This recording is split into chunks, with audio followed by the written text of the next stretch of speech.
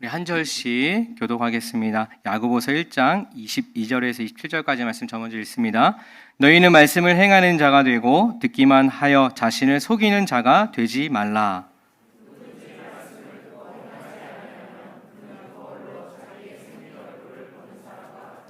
제 자신을 보고 가서 그 모습이 어떠했는지를 곧 잊어버리거니와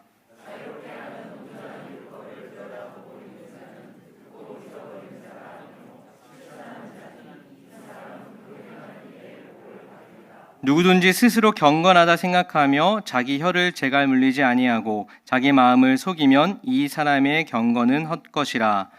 하나님 아버지 앞에서 정결하고 더러움이 없는 경건은 곧 고아와 과부를 그 환난 중에 돌보고 또 자기를 지켜 세속에 물들지 아니하는 그것이니라.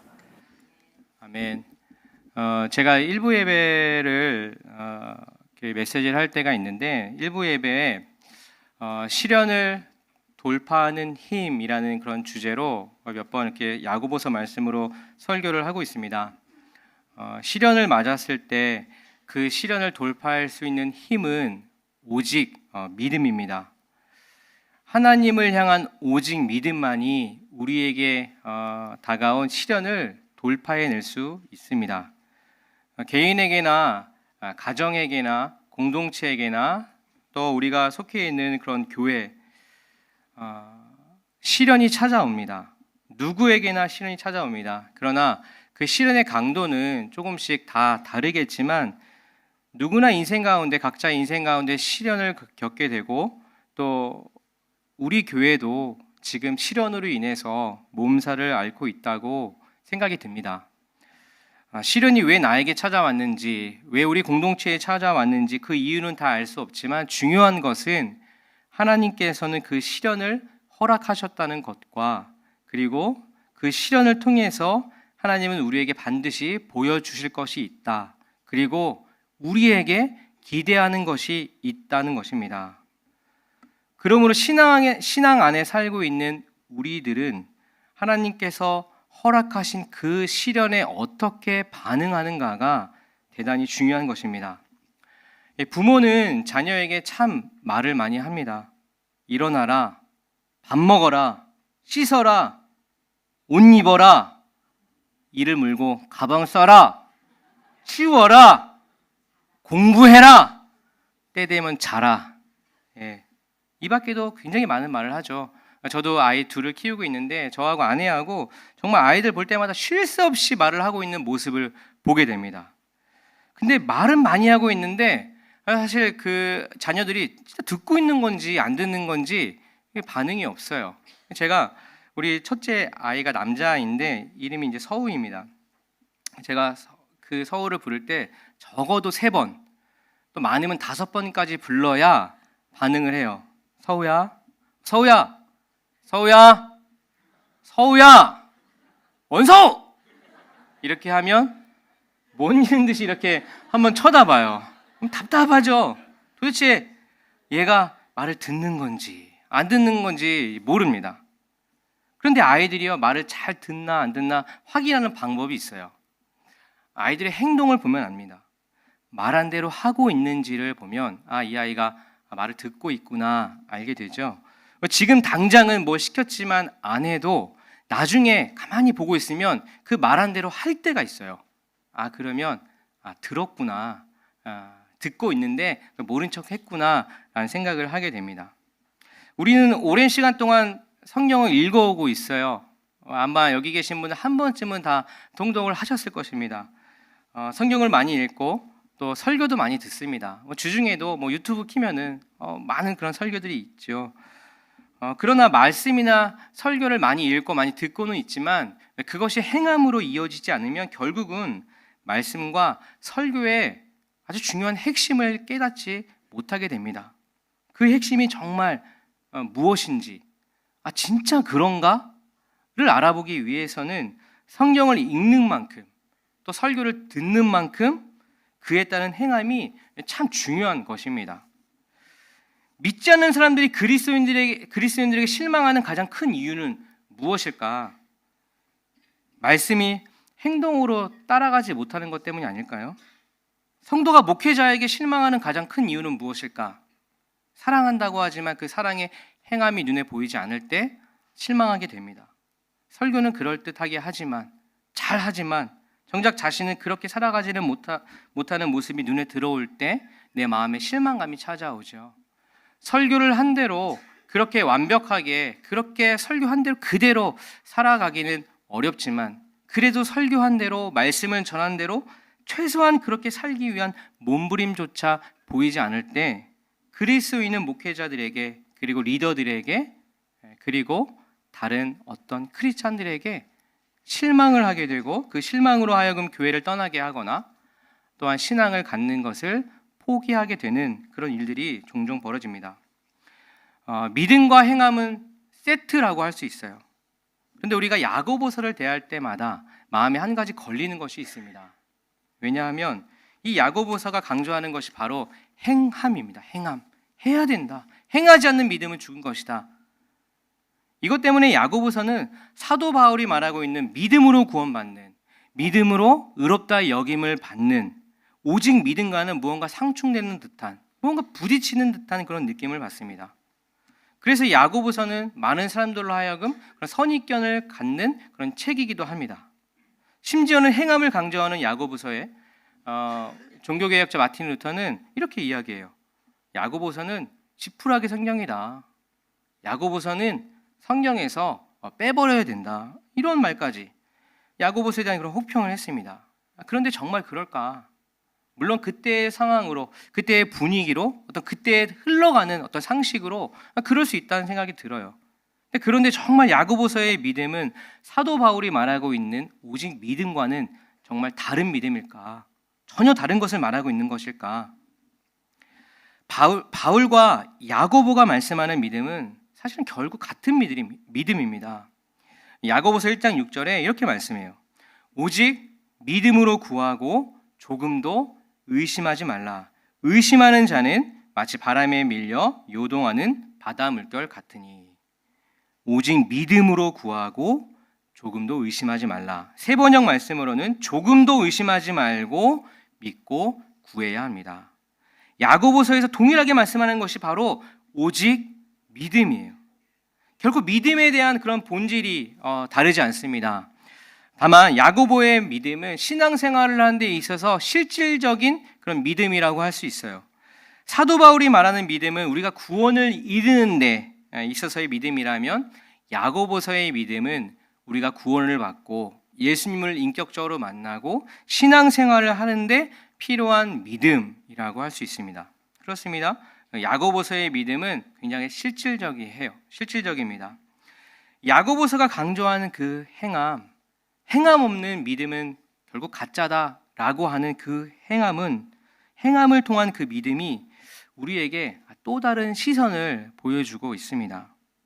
구원을 받기 위해서 사도 바울의 오직 믿음이 필요했다면, 이젠 구원받은 자들이 예수님의 사람으로서 행함의 믿음을 가지고 살아가는 것이 바로 야고보서의 믿음이라고 할 수 있습니다. 우리의 인생은 열매로 판단이 됩니다.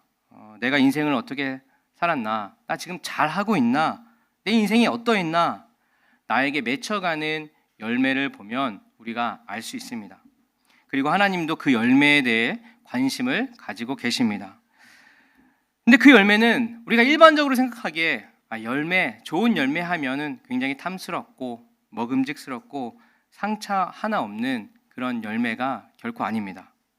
예수님처럼 몸으로 부활한 이후에 도마를 찾아가서 보여주셨던 구멍나고 상처나고 찢긴 몸 그대로 볼품없는 그 몸이지만 영광의 흔적들이 있는 열매, 이기고 승리하고 화려하고 보기 좋은 그런 열매가 아니라 오로지 십자가의 길을 걷기 위해 때론 고난을 당하고 아프기도 하며 시련을 당하고 상처도 있지만 그 모든 것들을 감내해낸 그런 상처난 열매가 아니겠습니까? 저희는 가끔 사과를 먹는데 가끔 메루칼이나 이런 데 가서 그 와케아리 사과를 가끔 시켜 먹습니다. 가격이 되게 싸고 그냥 집에서 먹기에는 뭐 전혀 문제가 없어요. 오면은 바로 압니다. 역시 싼 만큼 상처가 많이 있구나. 예전에는 좀 불평불만을 갖긴 했었어요. 야, 이걸 파나? 근데 요즘에 그 사과를 보면 이런 마음이 듭니다. 대견하다. 참 병도 들고 또 뭐 다른 공격도 있고 비바람이 잦아서 상처도 났지만 그래도 열심히 열매를 맺었구나. 그래서 내 입에 들어가는 거 너무 감사하다. 이런 마음을 가지고 그렇게 사과를 보게 됩니다. 그렇다면 우리는 어떻게 하면 각자 인생 가운데 하나님의 말씀하시는 그런 영광의 열매를 맺을 수 있을까? 먼저는 말씀을 읽어야 합니다.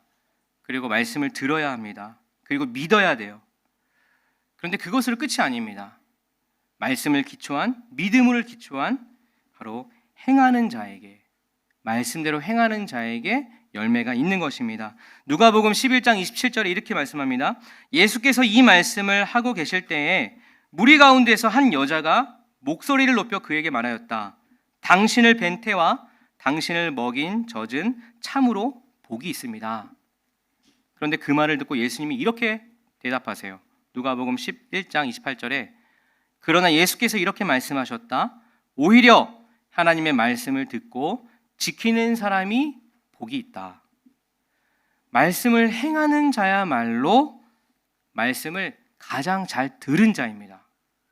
부모의 말을 잘 들었는지, 선생님의 말을 잘 들었는지, 하나님의 말씀을 잘 들었는지 확인하는 방법은 그대로 하는가를 살펴보면 됩니다. 마태복음 7장 24절에 그러므로 내 말을 듣고 그대로 행하는 사람은 반석 위에다 자기 집을 지은 슬기로운 사람과 같다고 할 것이다. 믿음으로 구원을 받은 저희들, 하나님의 자녀인 저희들, 인격적으로 주님 만난 저희들의 그 믿은 후의 신앙생활은 바로 행함을 통해서 직접 함으로써 열매를 맺어가게 되는 것입니다. 그런데 그 행함의 중심은 바로 말씀이 중심이 되는 거예요. 말씀에는 힘이 있습니다. 말씀에는 우리가 상상할 수 없는 하나님의 능력이 나타납니다. 히브리서 4장 12절 말씀에 하나님의 말씀은 살아있고 힘이 있어서 어떤 양날 칼보다도 더 날카롭습니다. 그래서 사람 속을 꿰뚫어 혼과 영을 갈라내고 관절과 골수를 갈라놓기까지 하며 마음에 품은 생각과 의도를 밝혀냅니다. 하나님의 말씀은 우리의 영과 혼을 갈라내고 관절과 골수를 쪼개기까지 하며 마음에 품은 생각과 의도를 밝혀냅니다. 그렇습니다. 말씀을 쭉 읽다 보면 우리에게 형용할 수 없는 그런 감동이 밀려옵니다. 그러면서 또한 말씀을 읽다 보면 우리 안에 찔림이 찾아옵니다. 내가 정말 잘못하고 있구나. 내가 정말 입술로 죄를 지었구나. 내가 정말 죄인이구나. 말씀을 통해 주시는 그런 감동과 찔림이 있으면 자연스럽게 행함으로 나타나기 마련입니다. 그런데 말씀을 들었음에도 행함이 없는 사람을 야고보서에는 23절에 이렇게 말하고 있어요. 말씀을 듣고도 행하지 않는 사람은 있는 그대로의 자기 얼굴을 거울 속으로 들여다보기만 하는 사람과 같습니다. 그렇습니다. 말씀은 우리 자신을 들여다보게 되어 있어요. 마음에 감동과 찔림을 줍니다. 여러분 혹시 오늘 교회 나오시기 전에 아마 다들 거울 한 번쯤은 보고 나오셨을 것입니다. 아침에 딱 일어나서 다 씻고 나가려고 마지막 거울을 딱 보는데 얼굴에 뭐가 묻어 있습니다. 이에 뭐가 껴 있습니다. 그럼 여러분 시간도 없는데 하고 나가겠습니까? 그래도 털지 않겠습니까? 다시 조절을 하지 않겠습니까? 근데 뭐가 묻었는데 그냥 모른 척, 못 본 척 하는 거는 이상한 일이죠. 아니면 내가 좀 나이가 들어서 이제는 뭘 해도 그냥 그렇던가. 둘 중에 하나 아니겠습니까? 이런 사람은 24절에 이런 말씀합니다. 이런 사람은 자기의 모습을 보고 떠나가서 그것이 어떠한지를 곧 잊어버리는 사람입니다. 그렇습니다. 말씀대로, 믿음대로 주신 감동과 그 찔림에 따른 행동이 수반되어지지 않을 때 우리는 자신의 모습을 곧 잊어버린다라고 말씀하고 있습니다. 지금 시작하지 않으면, 오늘 시작하지 않으면 여러분 조금만 시간 지나면 그 은혜를 다 잊어버립니다. 언제 그런 일이 있었냐는 듯 우리의 입술과 우리의 행동이 우리의 본능대로 움직여지는 것들을 여러분 경험을 통해서 알고 계실 것입니다. 사탄은 우리에게 속삭입니다. 다시 일어나야지. 전도해야지. 영혼을 사랑해야지. 말씀 봐야지. 기도해야지. 새벽 기도 나가야지. 구제해야지. 믿음대로 행해야지. 사탄은 이렇게 말합니다. 그리고 또 한 가지 이야기합니다. 그런데 내일부터 하라고 합니다. 내일부터 하면 다 잊어먹습니다. 다시 시작하지 못합니다. 여러분, 다이어트요? 내일부터 하면 실패합니다. 내일부터 하면 여러분 또 먹고 싶습니다. 오늘 점심부터 다이어트를 원하시는 분, 오늘 점심 드시지 마십시오. 오늘부터 시작해야 다이어트는 성공합니다. 내일이면 그 지금의 감동이 그냥 사라져버려요. 내일이면 오늘 받은 은혜가요, 사라져버립니다. 그런데 그것을 기억하는 것은, 그것을 그 은혜를 가지고 은혜의 열매를 맺는 것은 바로 오늘, 지금부터 시작해야 되는 것입니다. 이 카톨릭 신자의 시인 구상시라는 분이 오늘이라는 시를 지었습니다. 제가 몇 번 이렇게 소개해 드린 적이 있는데 한번 들어보십시오. 제목 오늘. 오늘도 신비 샘인 하루를 맞는다. 이 하루는 저 강물의 한 방울이 어느 산골짝 옹달샘에 이어져 있고 아득한 푸른 바다에 이어져 있듯 과거와 미래와 현재가 하나이다. 이렇듯 나의 오늘은 영원 속에 이어져 바로 시방, 나는 그 영혼을 살고 있다. 그래서 나는 죽고 나서부터가 아니라 오늘서부터 영혼을 살아야 하고 영혼에 합당한 삶을 살아야 한다. 마음이 가난한 삶을 살아야 한다. 마음을 비운 삶을 살아야 한다. 바로 오늘이, 바로 지금이 하나님께서 주신 찬스, 하나님께서 주신 선물이라고 믿고 오늘, 지금부터 우리가 해야 할 일을 해나가야 하는 것입니다. 그렇습니다. 성경은 굉장히 복잡해 보이고 양도 많아 보이지만 여러분 그렇게 복잡한 것이 아닙니다. 어려운 것이 아니에요. 마음에 감동이 되는 대로 각자에게 주시는 그 은혜대로 그 행동과 그 말과 이 모든 것이 선한 것이라면 여러분 그걸 지금부터 마음에 찔림이 있는 대로 시작을 해보는 것입니다. 자, 그렇다면 우리는 말씀에 기초한 어떤 행함이 구체적으로 따라와야 하는 것일까? 우리 교회가, 우리 가정이, 그리고 우리 각 개인이 어떤 행함을 해야 하는 것일까? 오늘 본문 말씀 26절, 27절 말씀을 같이 한번 읽어볼까요? 시작. 누가 스스로 경건하다고 생각하면서도 혀를 다스리지 않고 자기 마음을 속이면 이 사람의 신앙은 헛된 것입니다. 하나님께서 보시기에 깨끗하고 흠이 없는 경건은 고난을 겪고 있는 고아들과 과부들을 돌보아 주며 자기를 시켜서 새 속에 물들지 않게 하는 것입니다. 아멘. 야고보서는 행함을 강조하면서도 스스로 경건하다고 생각하면서 혀를 다스리지 않고 자기 마음을 속이면 그 신앙은 헛된 것이다 라고 말씀하고 있어요. 경건하다는 것은 우리가 잘 알고 있는 단어 거룩하다라는 말과 비슷한 말처럼 들리긴 하지만 사실 경건과 거룩은 좀 다릅니다. 거룩이란 단어는 하나님 중심적인 단어예요. 거룩한 하나님이라고 이야기하지 경건한 하나님이라고 우리 이야기하지 않습니다. 이것은 하나님 중심이에요. 그런데 경건은 사람 중심입니다. 거룩한 하나님을 쫓아 경건하게 살아가는 것, 우리의 삶 속에서 경건한 삶을 살아내는 것, 이것이 바로 사람 중심, 경건한 삶을 살아내는 것이 바로 하나님께서 원하시는 우리의 삶입니다.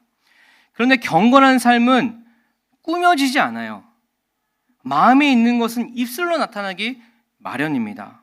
속마음을 아무리 감추려고 해도 어떤 한 사람과 오랫동안 이야기를 하고 시간을 많이 보내게 되면 그 사람의 속마음이 여지없이 드러납니다. 사실 혀를 다스리기 위해서 중요한 것은 이 마음입니다. 그러므로 혀를 잘 다스리기 위해서는 먼저는 마음이 정직해야 되고 또 자기 마음을 잘 정리를 해 두어야 합니다. 마음속에 있는 것을 잘 정리하고 정직하게 쏟아낼 때 그것이 혹 불평과 불만일지라도, 그것이 좀 반대되는 의견일지라도 그것이 잘 정리되어 정직하게 쏟아낼 때 상대로 하여금 받아들여지게 되는 거예요. 불평과 불명할 수 있지만 그것이 정리되지 않고 그것이 그대로 나와버리면 그래서 싸움하는 거 아닙니까? 그래서 서로의 마음이 상해버린 건 아니겠습니까? 그러나 마음과 입술이, 그런데 마음과 입술이 아예 그냥 분리돼서 나올 때, 속과 겉이 전혀 다를 때, 그것이 처음에는 괜찮아 보여도 시간이 지나면 그것 때문에 배신감을 느끼게 되고 그것 때문에 오히려 관계가 완전히 깨어져 버리는 그런 일들이 우리 안에는 종종 있다는 것입니다. 자, 그렇다면 하나님 보시기에 깨끗하고 흠이 없는 경건이란 과연 무엇일까? 27절에 두 가지를 말하고 있어요. 첫 번째는 고난을 겪고 있는 고아들과 과부들을 돌보아 주는 일. 고난을 겪고 있는 고아들과 과부를 돌보아 주는 일. 크리스찬이라면 그것들 마땅히 해야 되는 일 아니겠습니까? 그거 어떻게 보면서 못 본 척 할 수 있겠습니까? 그런데 사실 이 일은요, 사람이라면 누구나 할 수 있는 일이에요. 우리 그리스도인이 아니어도, 혹시 다른 종교를 갖고 있다 하더라도, 아니면 아무 종교가 없이 그냥 사는 사람이라도, 불쌍한 사람이 있으면, 어려운 사람이 있으면 돌봐주고 싶고 뭔가 나눠주고 싶은 마음이 우리 사람의 본질 아니겠습니까? 그 이유는, 그렇게 하고 싶은 이유는 하나님께서 우리 사람을 자기 형상대로 창조하셨기 때문입니다. 하나님 마음이 그렇기 때문에 혹시 하나님을 모르는 사람도 그렇게 하고 싶다는 것입니다. 사람은 이 일이 누구라도 선한 일이라고 생각합니다. 그리고 여유가 있으면 사람은 다 베풉니다.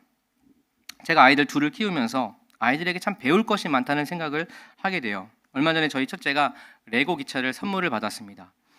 근데 그 레고를 이제 막 저하고 같이 만드는데, 이게 3열인 그 레고예요. 첫 번째 레고를 만들었는데 얘가 보고 너무 신기한 거예요. 너무 마음에 드는 거예요. 그러니까 막 점프를 하면서 엄마하고 자기 여동생을 부릅니다. 와서 보라고, 와서 만져보라고, 와서 밀어보라고, 너무 멋있지 않냐고 이렇게 얘기를 합니다. 사실 뭐 엄마하고 여동생이, 여자가 무슨 그 기차에 얼마나 관심이 있겠습니까? 그냥 대충 괜찮네 했는데 얘가 2열, 3열 완성되는 거 보면서 막 너무 흥분한 거예요. 그랬더니 혼자만 좋아하는 게 아니라, 가리는 게 아니라 와서 보라고, 와서 만져보라고, 한번 가지라고, 놀으라고 막 하는 거예요. 제가 그 모습 보면서 아이들 좋으면 나누고 싶어 하는구나, 사랑하면 이거 주고 싶어 하는구나, 보여주고 싶어 하는구나, 소개하고 싶어 하는구나. 뭐 아직 어려서 가끔 먹을 것 같다 둘이 싸우기도 하지만 진짜 자기가 좋아하고 그리고 사랑하는 거라면, 사랑하는 상대라면 자기 것 나누고 싶어 하는 게, 그게 우리 사람의 모습이구나 다시 한번 깨닫게 됩니다. 사랑하면 자기 것 나누는데 거침이 없더라고요. 하나님께서도 이 세상에 부자와 가난한 자 다 만드셨어요. 태어나 보니 한국입니다. 근데 어떤 사람들에겐 태어나 보니 너무나 안타깝게 북한에서 태어났어요. 근데 북한에서 태어나신 하나님 허락하셨습니다. 그 북한에서 태어난 사람도 하나님은 허락하셨어요. 근데 하나님께서 진정 원하시는 마음은 우리가 태어난 대로, 우리가 선택할 수 없었던 그 태어난 대로 사는 것이 아니라, 우리 하나님은 부자들이 갖고 있는 그 부가 가난한 곳에 흘러가기를 원하시며, 사랑이 풍성하고 많은 사랑을 가지고 있는 자가 사랑이 필요하고 사랑이 부족한 곳에 그 사랑이 흘러가기를 원하시는 분이라는 것입니다. 하나님께서는 맹수 같은 공격성이 뛰어난 사자와 호랑이도 만드셨어요. 그러나 아무 공격성이 없고 풀만 먹는 그런 양과 초식 동물도 만드셨어요.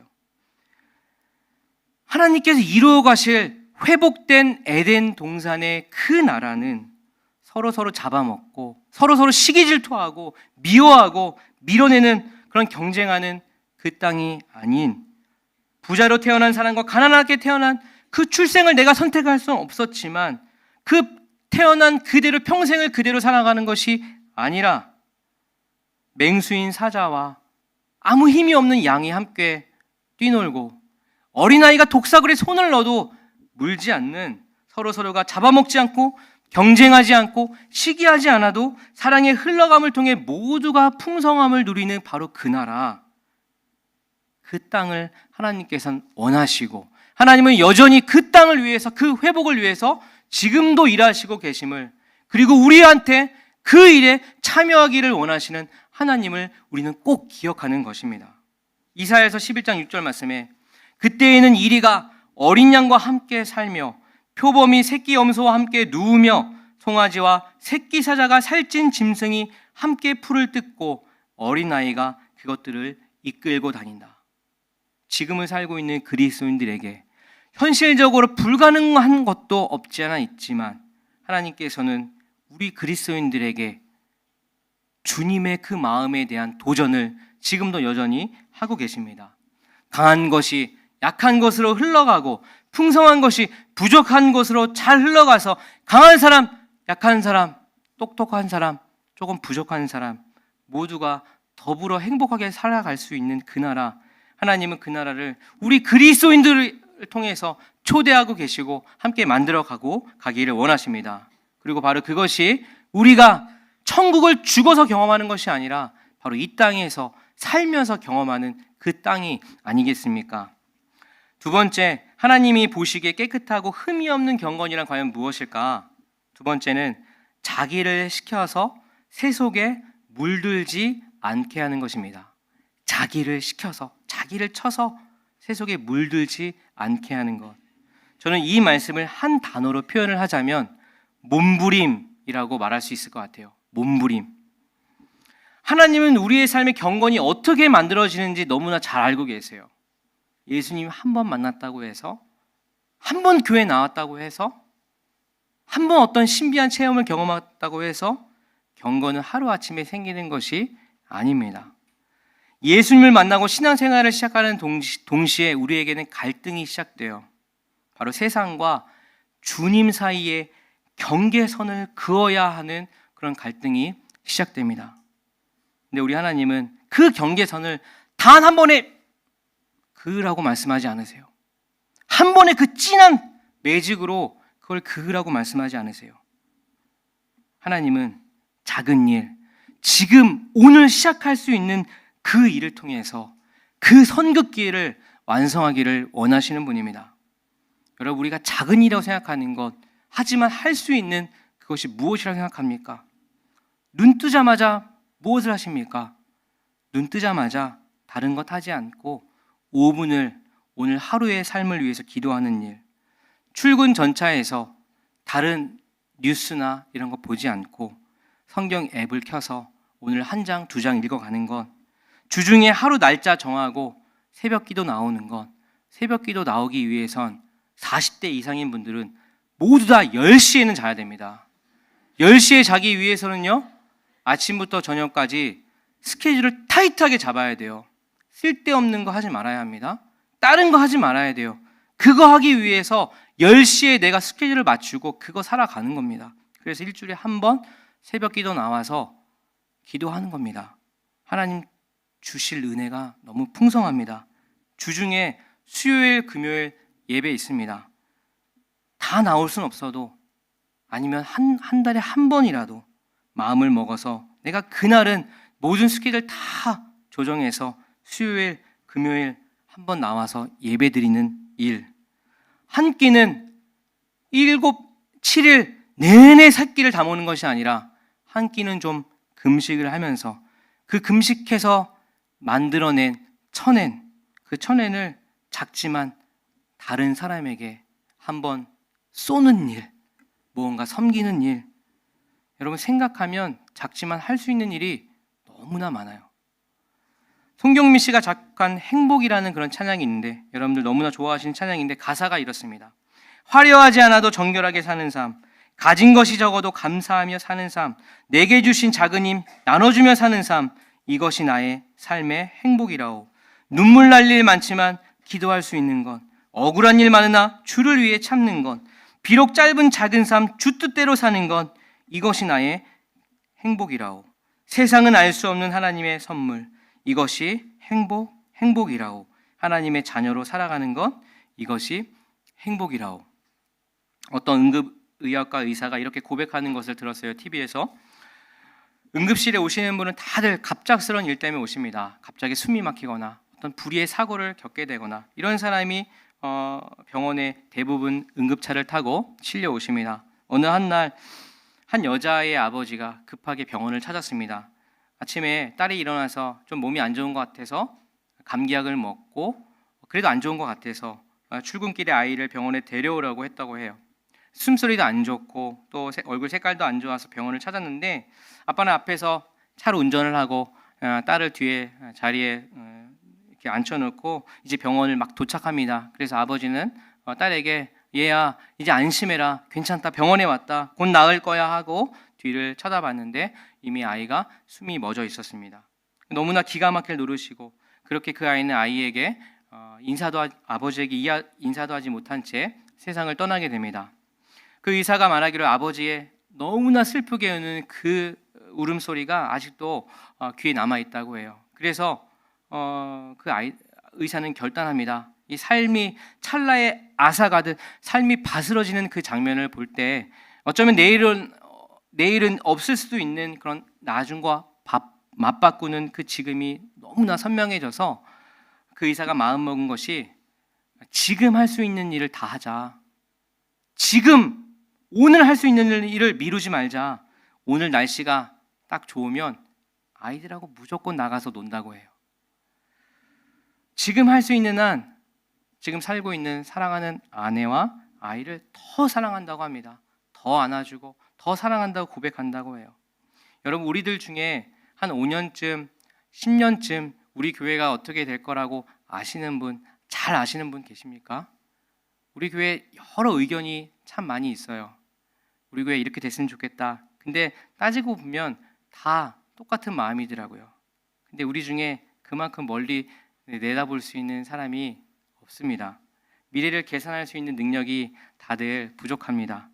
큰 그림을 볼 수 있는 능력이 조금 부족하다 하더라도, 우리가 5년 뒤, 10년 뒤에 우리가 어떻게 될지 잘 모른다 하더라도, 조금 부족하다 하더라도, 잘 몰라도 성경 말씀대로 오늘을 살아내는 것, 오늘 시작하는 것이 여러분 얼마나 중요한지 모릅니다. 그거 할 수 없으면 오늘을 기쁘게 또 오늘을 열심히 살아내는 것입니다. 히브리서 3장 13절 말씀에 이렇게 말씀합니다.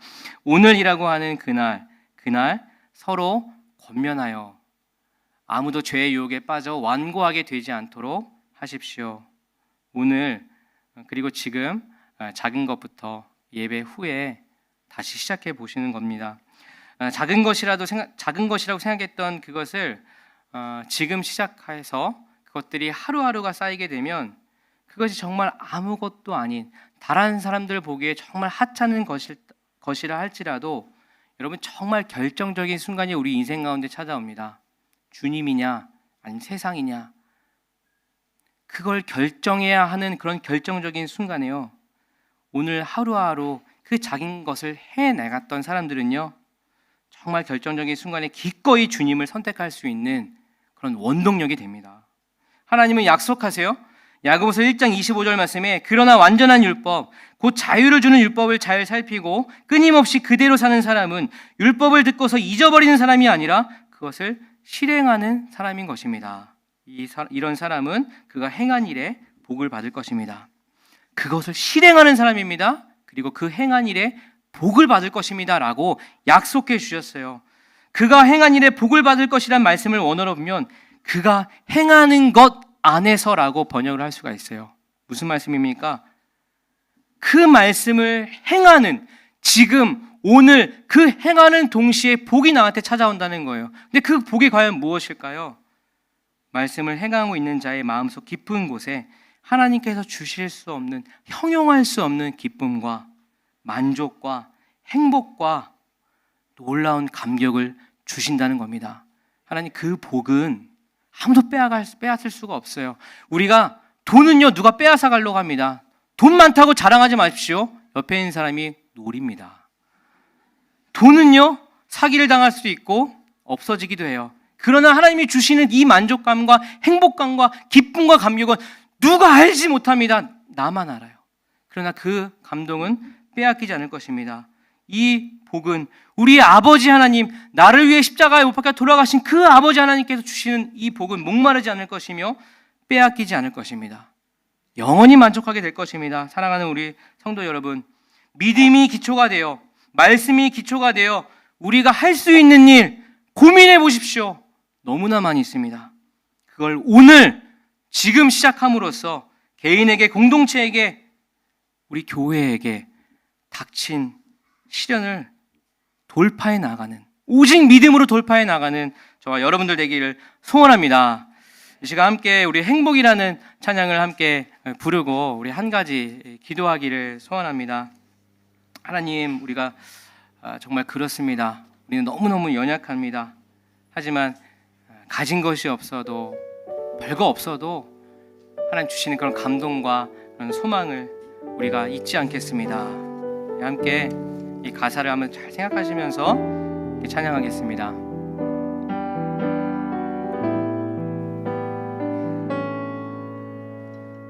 어려하지 않아도 정결하게 사는 삶, 가진 것이 적어도 감사하며 사는 삶, 내게 주신 작은 힘 나눠주며 사는 삶, 이것이 나의 삶의 행복이라. 눈물 날 일 많지만, 눈물 날 일 많지만 기도할 수 있는 것, 억울한 일 많으나 주를 위해 참는 것, 비록 짧은 작은 삶 주 뜻대로 사는 것, 이것이 나의 삶의 행복이. 이것이 행복입니다. 이것이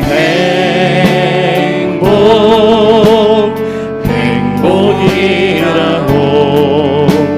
세상엔 알 수 없는 하나님 선물, 이것이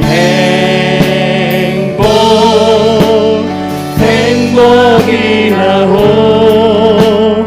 하나님의 자녀로 살아가는 것, 이것이 행복이라고. 눈물 날 일 많지만, 눈물 날 일 많지만 기도할 수 있는 것, 억울한 일 많으나 주를 위해 참는 것, 비록 짧은 작은 삶 주 뜻대로 사는 것, 이것이 나의 삶의 행복이. 이것이 행복. 이것이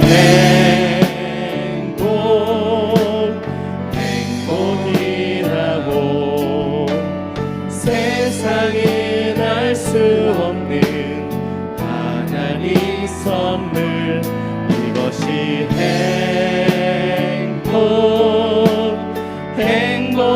행복이라고.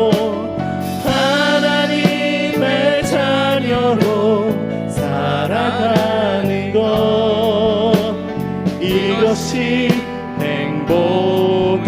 이것이 행복. 이것이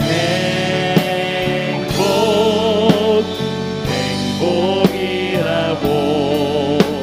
세상엔 알 수 없는 하나님 선물, 이것이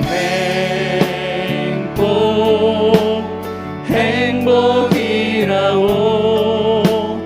하나님의 자녀로 살아가는 것, 이것이 행복이라고. 우리 함께 마음과 기도합시다. 하나님, 그렇습니다. 우리가 할 수 있는 일이 과연 무엇이 있겠습니까? 가진 것이 적어도 감사하며 내게 주신 작은 힘을 나눠주고 눈물 날 일 여전히 많지만 억울한 일 너무나 많이 있지만 기도하며 주를 위해 참는 것, 주 뜻대로 오늘을 살아내는 것, 믿음 주신 대로 작은 것을 오늘 시작하는 것, 그것이 때론 고난에 부딪혀 상처가 나고 구멍이 날지라도 볼품없는 상처가 난 열매를 맺을지라도 우리 하나님은 그것을 기억하시고 영광의 상처로 받아주시며 수고했다, 잘했다, 대견하다 라고 말씀하실 것을 기대합니다. 하나님, 그날을 위해 오늘 시작하는, 지금 시작하는 우리 교회 될 수 있도록 인도하여 주시옵소서라고 함께 마음과 간절히 기도하겠습니다.